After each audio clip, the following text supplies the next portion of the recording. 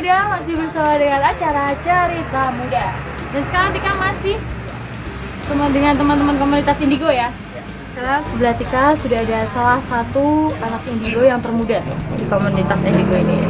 Tapi sebelumnya tadi Tika udah janjiin mau tanya tingkatan apa aja sih yang dimiliki oleh anak-anak Indigo yang bedaannya. Nah, tingkatan itu apa aja di anak-anak Indigo? Ini sesuai dengan ilmu psikologi, Indigo itu udah sebenarnya dibagi banyak, hanya saja yang umumnya ada 3. Clara Audien itu mampu melihat dan mendengarkan suara dari astral. Lalu yang kedua itu Clara Voyant, itu mampu melihat masa depan, masa lampau, lalu bisa melihat astral, juga komunikasi. Lalu setelah itu ada namanya Clara Sense, jadi dia mampu mengubah atmosfer dari sisi lain manusia. Contohnya aura dan Ya. Itu bisa dibedakan dengan alat yang tadi? bisa. Oke, kalau tadi si siapa? Yang paling muda ini tadi termasuk dalam tingkatan yang mana? Clara Audien Yang ke yang pertama. yang pertama. Yang pertama. Yang pertama. Oke deh, kalau yang kedua, yang ketiga contohnya ada deh teman-teman Ada. dari Indigo. Ada. Ada. Dan di sini komplit ya? Clara Sense belum ada ini. Tidak datang ya. Ini komplit ya berarti Iya. ya? Ada yang tingkat 1, tingkat 2, sama tingkatan 3. Nah, aku langsung tanya aja nih sama yang paling muda di sini. Namanya siapa? Suci. Nah, di sini Suci udah ikut ikut komunitas Indigo ini sejak kapan? Sejak kelas 3 SMP kemarin. Kelas berapa? Kelas 1 SMA. Oke, sudah hampir setahun ya. Nah, pada awalnya kenapa Suci kok bisa tahu sih dari komunitas Indigo ini?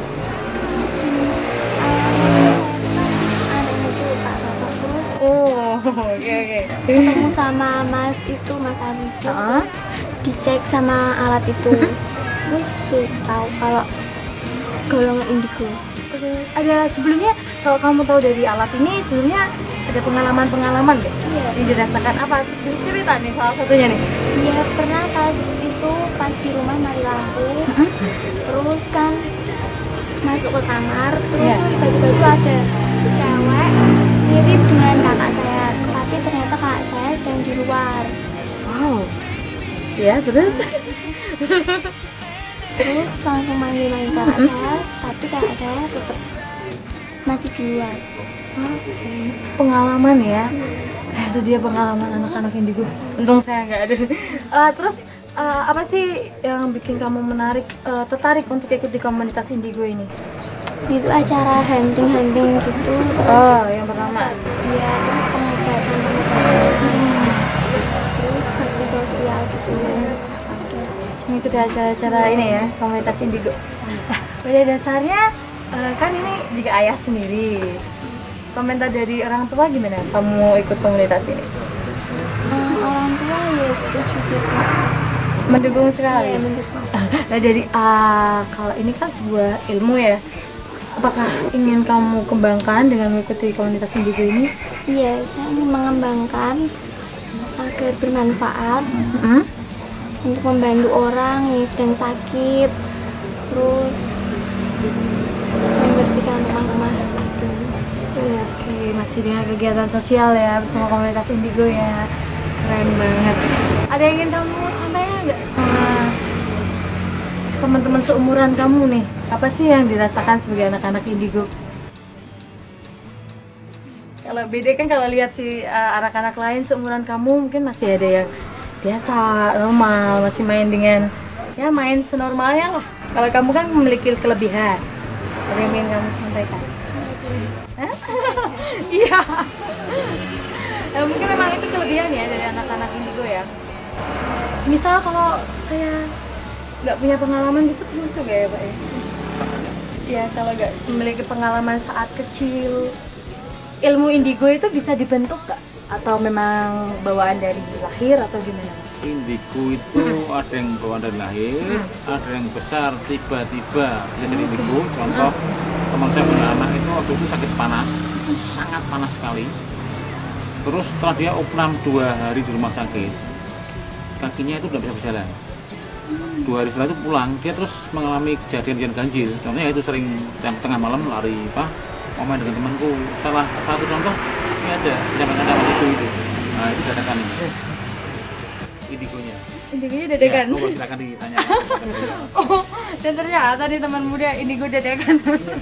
Bisa diceritain nih pengalamannya. Untuk malam Tanggal pertama Mendigo. kali SD kelas 1 itu lagi ulangan tiba-tiba ada yang datang menghampiri perempuan gitu, terus rambutnya agak panjang seingat saya, terus nawarin kamu mau jawabannya apa enggak gitu. Tapi aku takut musyrik gitu kan. Iya. Terus selalu ditawarin terus. Pada akhirnya saya harus berbicara seperti bicara dengan manusia. Akhirnya karena saya kan di depan meja guru duduknya. Guru saya terus akhirnya suruh saya keluar, terus ke BP, dilaporin ke mama waktu itu. Terus ya udah akhirnya kan pada bingung, orang tua bingung. Tapi sebenarnya mama sudah tahu. Lalu setelah sekian tahun lamanya itu tidak pernah terjadi, akhirnya waktu kelas 1 SMP setelah MOS saya sakit bener, akhirnya opnam waktu itu di Solo. Dan dari situ ada pengalaman unik sekali. Jadi saya ketemu dengan leluhur saya yang hanya bisa sekarang lihat lewat foto aja. Tapi waktu sakit saya lihat semuanya, mereka datang, beliau semua datang, terus menepuk pundak saya suruh sabar. Setelah saya sakit, saya sudah sembuh. 3 bulan kemudian saya dapat keris gitu kan. Dari situlah saya mulai merasa ada yang aneh dalam diri saya. Tapi saya enjoy aja lah. Yang penting nggak sampai merugikan orang lain dan merugikan saya sendiri. Hanya saja sempat di shock juga karena saya harus melihat astral-astral yang belum pernah saya lihat sebelumnya. Aduh. Lah ini penasaran banget nih. Kalau kita rame-rame di sini ada sesuatu nggak yang bisa dilihat gitu? Nanti aja saya tunjukin ya. Dan teman-teman muda pasti penasaran banget. Ada apa aja yang ada di sekitar kita yang nggak bisa kita lihat. Tetap jangan kemana-mana, tetap di Cerita Muda.